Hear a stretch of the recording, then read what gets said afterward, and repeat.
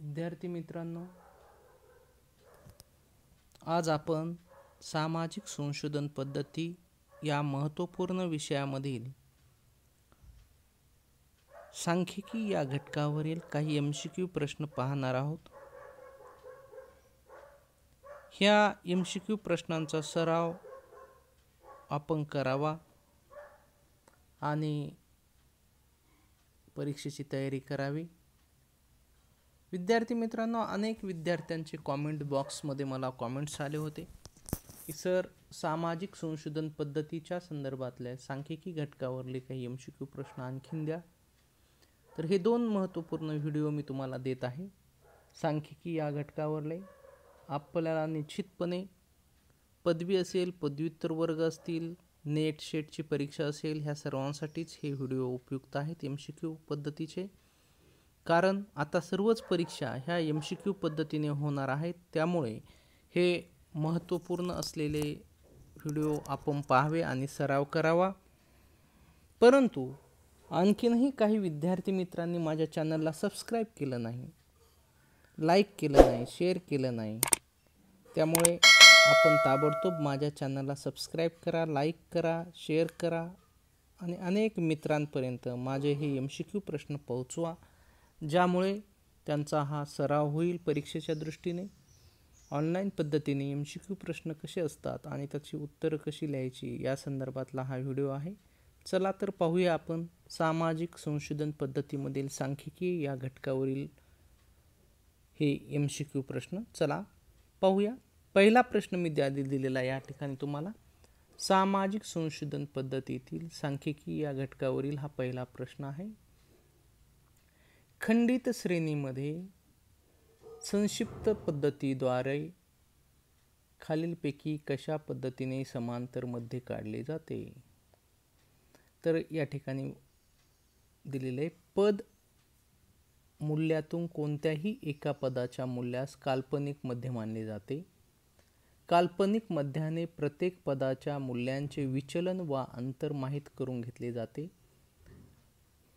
प्रत्येक विचलनाचे संबंधित आवृत्तीची गुणून त्या पदाच्या एकूण विचलन मूल्ये माहित करून घेतले जाते.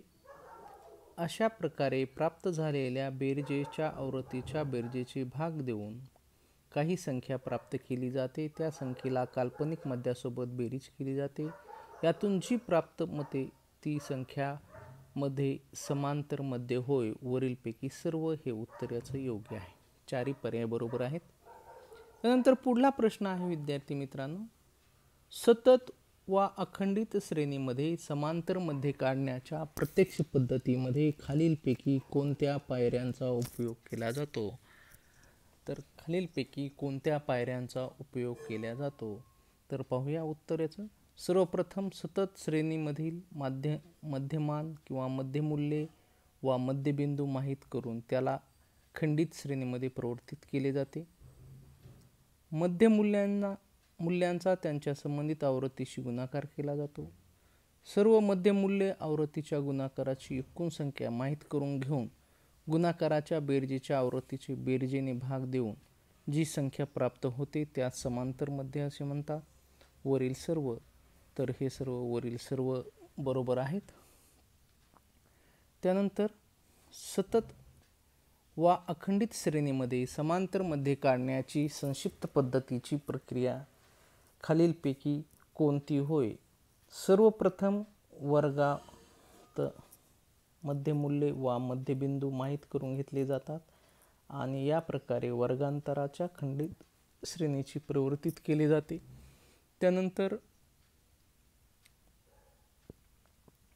या मध्यमूल्यांच्या कोणत्याही एका मध्यमूल्यांना कल्पित मध्य मानले जाते. कल्पित मध्यापासून मध्यमूल्यांचे विचलन माहित करून घेतले जाते. प्रत्येक विचलनाच्या पदाच्या आवृत्तीला गुणून संख्या माहित करून घेतली जाते आणि वरील सर्व हा पर्याय बरोबर आहे. सतत श्रेणीचे पद विचलन पद्धतीने समांतर मध्ये खालीलपैकी कोणत्या सूत्राद्वारे काढले जाते. सर्वप्रथम सतत श्रेणीचे मध्यमूल्य माहित केले जाते. त्यानंतर सर्वप्रथम सतत श्रेणीचे मध्यमूल्य माहित केले जाते. मध्यमूल्यामधून कोणत्याही एक मध्यमूल्याला कल्पित मानले जाते. कल्पित मध्याने मूल्यांचे विचलन माहित केले जाते आणि विचलन पदाच्या आवृत्तीला गुणले जाते. पद आणि विचलनाची माहिती करून घेण्यासाठी वर्गांतराचे विचलन मूल्यात भाग दिला जातो. प्राप्त विचलित मूल्यांच्या आवृत्तीचे गुणन माहित करून घेतले जाते. तर वरील सर्व हे उत्तर बरोबर आहे. त्यानंतर पद विचलन खालीलपैकी कोणत्या संकेताने दर्शविले जाते? पद विचलन खालीलपैकी कोणत्या संकेताने दर्शविले जाते? dx.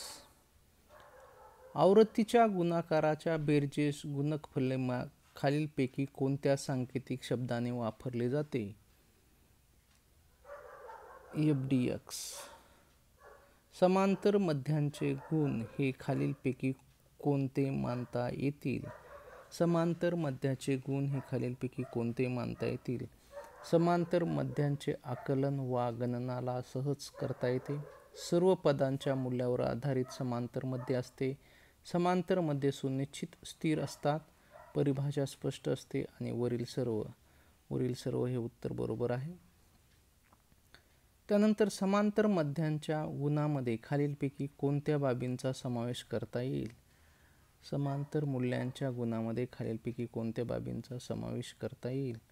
समांतर मध्यात अनेक बीजगणितीय गुण असतात. परिणामी याचा उच्च स्तरीय सांख्यिकीय विश्लेषणात जास्त उपयोग केला जातो. त्यानंतर समांतर मध्यांमध्ये परिवर्तन प्रभावी कमी पडतो, म्हणजे स्थिरता ही यात दिसते.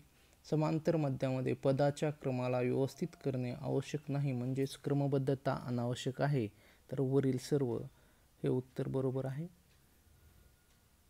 त्यानंतर समांतर मध्याचे खालीलपैकी कोणते गुण आहेत? तर समांतर मध्याचे खालीलपैकी कोणते गुण आहेत असं विचारलेलं आहे. समांतर मध्यांच्या निष्कर्षाची तपासणी विभिन्न प्रणालीद्वारे करू शकतो, म्हणजेच तपासणी शक्य आहे. वेगवेगळ्या चल आणि मूल्यांची तुलना करण्यासाठी समांतर मध्य का उपयोग केला जातो? वरील दोन्ही हे उत्तर बरोबर आहे. त्यानंतर पुढला प्रश्न आहे, समांतर मध्याची मर्यादा दोष खालीलपैकी कोणती मानता येईल? समांतर मूल्यांचा दोष खालीलपैकी कोणता मानता येईल? पद आणि मूल्यांचा प्रभाव. काही निष्कर्ष दिशाभूल करणारे असतात. समांतर मध्य श्रेणीच्या मूल्ये करत नाहीत. समांतर मूल्यांना 40चे यातील कोणत्याही संख्येचे प्रतिनिधित्व करत नाहीत. नंतर वरील सर्व. त्यानंतर समांतर मध्याचा दोष मर्यादा खालीलपैकी कोणता? समांतर मध्याचा दोष किंवा मर्यादा कोणत्या? तर याचं उत्तर आहे, जेव्हा कोणतीही संख्या फार मोठी फार लहान असते तेव्हा समांतर मध्ये अवास्तविक होते. समांतर मध्ये भ्रममूल्य पूर्ण अवास्तविक त्रुटी उत्तरे प्रस्तुत करते. संख्या श्रेणीला समकालातील एकाही पदाच्या मूल्यांचे असेल तर मध्याची गणना मोजमाप होऊ शकते. मूल्यांचे सिंहावलोकन समांतर मध्याद्वारे केले जाऊ शकते आणि वरील सर्व हे उत्तर आहे. त्यानंतर समांतर मध्य वारंवारिता किंवा आवृत्तीवर अवलंबून नसते, तर ते संपूर्ण पदाच्या मूल्यावर अवलंबून असते. तर याचं उत्तर आहे बरोबर आहे. समांतर मध्यात प्रत्येक पदाची गणना रिकामी जागा वेळा केली जाते. समांतर मध्यात प्रत्येक पदाची गणना रिकामी जागा केली जाते. तर याचं उत्तर आहे 1 वेळा केली जाते. त्यानंतर पुढला प्रश्न आहे, समांतर मध्यात सर्व मूल्यांचा स्तर रिकामी जागा असतो. सर्व मूल्यांचा स्तर कसा असतो? समान असतो. ज्या श्रेणीतील आकड्यांची विभागणी कोणत्याही स्तरापर्यंत होऊ शकते त्यास काय म्हणतात? त्यास अखंडित श्रेणी असे म्हणतात. ज्या श्रेणीतील आकड्यांची विभागणी कोणत्याही स्तरापर्यंत होऊ शकत नाही त्यास कोणती श्रेणी म्हणतात? त्याला खंडित श्रेणी असं म्हणतात. खंडित श्रेणीमध्ये मध्य काढण्याची शेवटची पायरी कोणती? खंडित श्रेणीमध्ये मध्य काढण्याची शेवटची पायरी कोणती? प्राप्त होणाऱ्या राशी ही समांतर मध्य असते. त्यानंतर पुढला प्रश्न आहे, घटकांच्या किमतीची बेरीज भागिले घटकांची संख्या बरोबर खालीलपैकी काय? तर या ठिकाणी आपल्याला सांगता येईल गणितीयमध्ये काढताना त्या घटकाला त्याच्या महत्त्वाप्रमाणे भार दिला जातो, त्यास खालीलपैकी काय म्हणता येईल? तर त्यास खालीलपैकी भारित गणितीयमध्ये म्हणता येईल. त्यानंतर किमती अधिक भार भागिले भाराची बेरीज बरोबर खालीलपैकी काय होय? तर या ठिकाणी आपल्याला सांगता येईल भारीय गणितमध्ये म्हणता येईल. इथं खंडित श्रेणीच्या दुसऱ्या पायरीत सर्व आवृत्तीने त्याच्याशी संबंधित पदाच्या मूल्यांचे गुणाकार करून सर्वांचे गुणाकार काढला जातो. हे विधान काय आहे? विधान बरोबर आहे. मध्यमा संख्या श्रेणी ते चल मूल्य आहे जे समूहाला 2 बरोबर भागात अशा प्रकारे विभाजित करतो की एक भागामध्ये सारे मूल्य मध्यमापेक्षा अधिक आणि दुसऱ्या भागामध्ये सारे मूल्य मध्यमापेक्षा कमी राहतील, अशी मध्यमाची परिभाषा केली जाते. F.C. मिल्स. घटकांची संख्या सम असेल तर मध्यांचे 2 घटक येतील तेव्हा मध्यमा काढण्यासाठी खालीलपैकी कोणता नियम योग्य ठरतो? मध्यमा येणाऱ्या घटकांची बेरीज करून त्याला 2 ने भागणे. मध्यभागी येणाऱ्या घटकांची बेरीज करून त्याला 2 ने भागणे हे उत्तर आहे. 5, 6, 8, 9, 12, 18, 20, 21 या संख्येतील मध्यमा खालीलपैकी कोणता? यापैकी मध्यमा खालीलपैकी कोणता? 10 आणि 5. मध्यांक कधीही कोणतेही विशिष्ट नाही तर मध्यपदाचा परिणाम किंवा मापनाचा मध्यांक असतो, अशी मध्यांकाची व्याख्या खालीलपैकी कोणी केली आहे? तर याची व्याख्या ही जे.सी. चतुर्वेदी यांनी केलेली आहे. मध्यांक श्रेणीमध्ये त्या पदाची मूल्ये आहेत की जे श्रेणीला 2 बरोबर भागामध्ये विभाजित करते, ज्यामध्ये एका भागात मध्यापेक्षा कमी आणि दुसऱ्या भागात मध्यापेक्षा अधिक मूल्य असते, अशी मध्यांकाची परिभाषा कोणी केली आहे? अशी मध्यांकाची परिभाषा S.K. घोष आणि S.C. चौधरी यांनी केलेली आहे. मध्यांकाची वैशिष्ट्ये खालीलपैकी कोणते आहेत? मध्यांकाची वैशिष्ट्ये खालीलपैकी कोणते आहेत? मध्यांक संपूर्ण श्रेणीला 2 भागात विभाजित करते, ज्यामध्ये एका भागापेक्षा कमी तर दुसऱ्या भागात मध्यांकापेक्षा जास्त मूल्य असते. मध्यांकाचे निर्धारण करण्यासाठी संख्येला चढत्या व उतरत्या क्रमाने व्यवस्थित केले जाते. मध्यांकाला सहज आणि शुद्ध रूपात ज्ञात करता येतो. वरील सर्व उत्तर बरोबर आहे. मध्यांक अगदी मधली संख्या वा मापन असते तर त्या संख्या किंवा मापाचे मूल्य असते. तर आपण पाहू इथं बरोबर आहे. त्यानंतर खालीलपैकी योग्य विधान ओळखा. चढत्या वा उतरत्या क्रमाने संख्या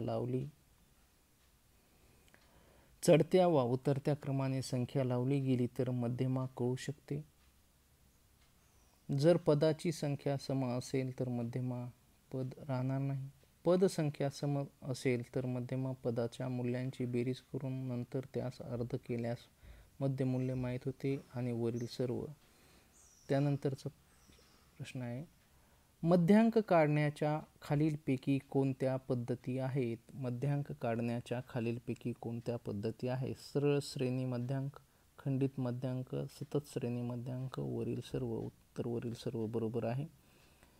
सरळ श्रेणीचे मध्यांक काढताना खालीलपैकी कोणत्या प्रकारची परिस्थिती निर्माण होऊ शकते?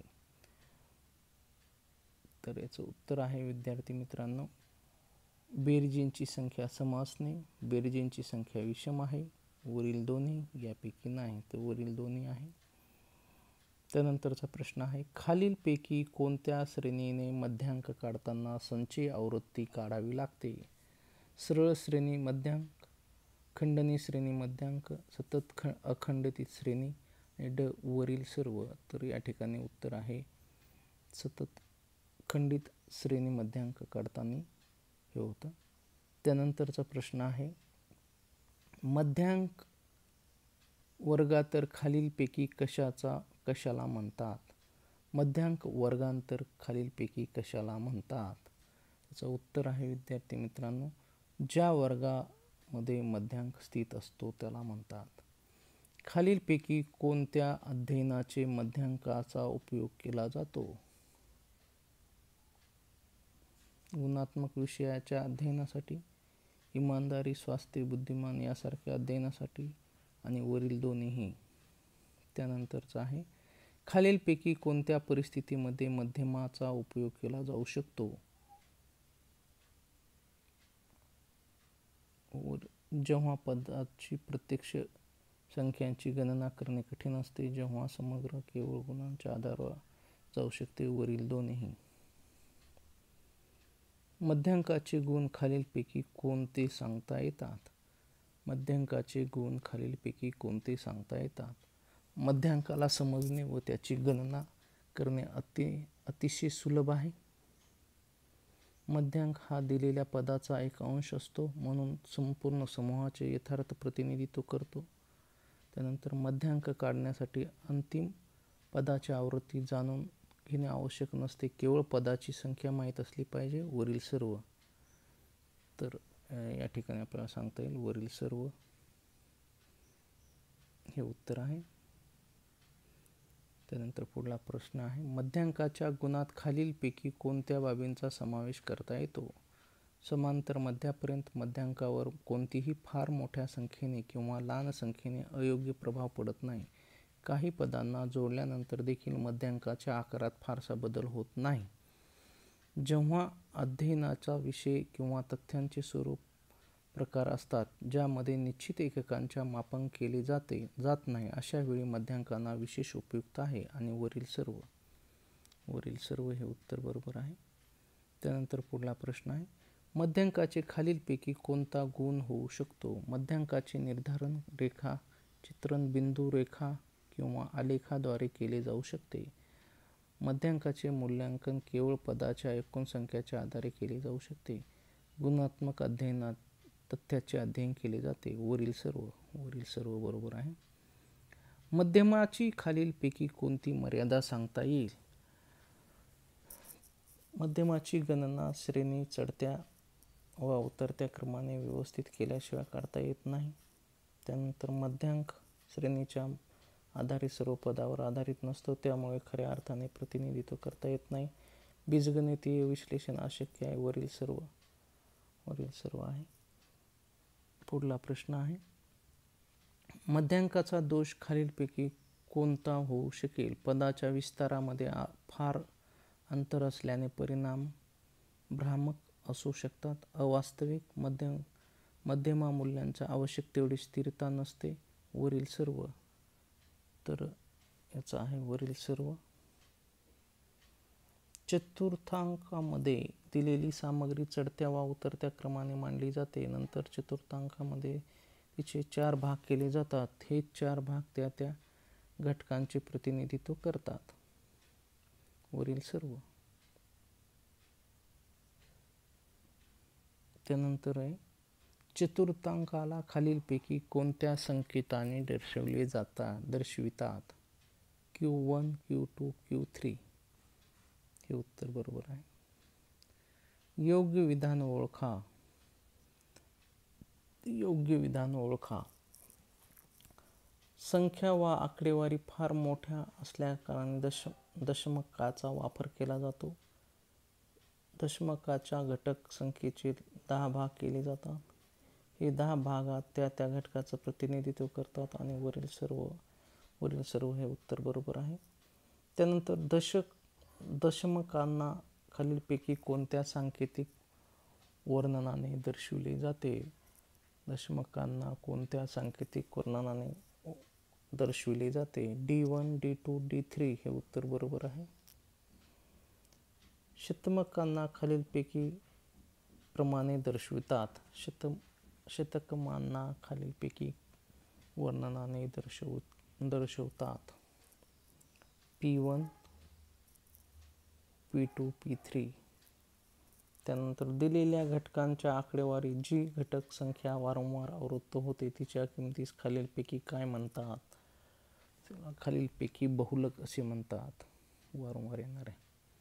समाजशास्त्र विषयातील विद्यार्थ्यांना मिळालेले गुण 50, 60, 70, 80, 90, 70, 75, 62, 70, 70, 69 यापैकी बहुलक कोणता आहे? हे 50, 60, 70, 80, 90, 75, परत 62, 70, 69. तर याच्यातला बहुलक कोणता आहे? जे आपण पाहता येईल की आपल्याला 70 हे 1, 2, 3 आणि 4 70 हे आलेलं आहे. 70 हे क उत्तर आहे. त्यानंतर मोड या इंग्रजी शब्द खालीलपैकी कोणत्या भाषेची उत्पत्ती मानली जाते? ही फ्रेंच भाषेची उत्पत्ती मानली जाते. त्यानंतर बहुलक एक संख्याक श्रेणीचे ते मूल्य आहे ज्याच्या आसपास श्रेणीचे अधिकाधिक पद मूल्य केंद्रित होतात. अशी बहुलकाची परिभाषा खालीलपैकी कोणी केली? क्रॉस्टन आणि कौडेन. बहुलक मापाच्या तंत्रावरील असा बिंदू आहे जो की कोणत्याही वितरणाच्या सर्वाधिक आवृत्तीत होतो. अशी बहुलकाची परिभाषा कोणी केली आहे? तर अशी परिभाषा गिफोर्ड यांनी केलेली आहे. बहुलक त्या मूल्यांना म्हणतात जो संख्या श्रेणीमध्ये सर्वात जास्त वेळा येतो, अर्थात जो सर्वात अधिक आवृत्ती होतो. अशी बहुलकाची व्याख्या खालीलपैकी कोणी केली आहे? तर ही व्याख्या केनेथ किपिंग यांनी केलेली आहे. त्यानंतर खालीलपैकी कोणती बहुलकाची वैशिष्ट्ये आहेत? बहुलक संख्या श्रेणीत सर्वात जास्त वेळा येणारे मूल्य असते. काही वेळा एकापेक्षा अधिक बहुलक विद्यमान असतात. बहुलकावर फार मोठ्या लहान संख्यांचा कोणताही प्रभाव पडत नाही. त्यानंतर वरील सर्व हे उत्तर आहे. त्यानंतर चुकीचे विधान ओळखा. बहुलकामध्ये जी संख्या सर्वात जास्त वेळा आवृत्ती होते संख्येला बहुलक म्हणून निवडले जातात. बहुलकाच्या आधी माहिती पदमूल्यांच्या स्थानावर आवृत्तीच्या आधारावर लावलेली असते. बहुलक पद मूल्यावर आधारित असते. वरील सर्व चुकीचे ओळखा म्हणून बहुलक हे पद मूल्यावर आधारित असते. तर अशा पद्धतीने सांख्यिकीय घटकांचे प्रश्न MCQ प्रश्न आपण पाहिलेले आहेत. निश्चितपणे आपल्याला हे प्रश्न सर्वच परीक्षांसाठी स्पर्धा परीक्षा असतील किंवा वेगवेगळ्या विद्यापीठाच्या परीक्षा असतील त्याच्यासाठी उपयुक्त ठरतील. विद्यार्थी मित्रांनो, धन्यवाद.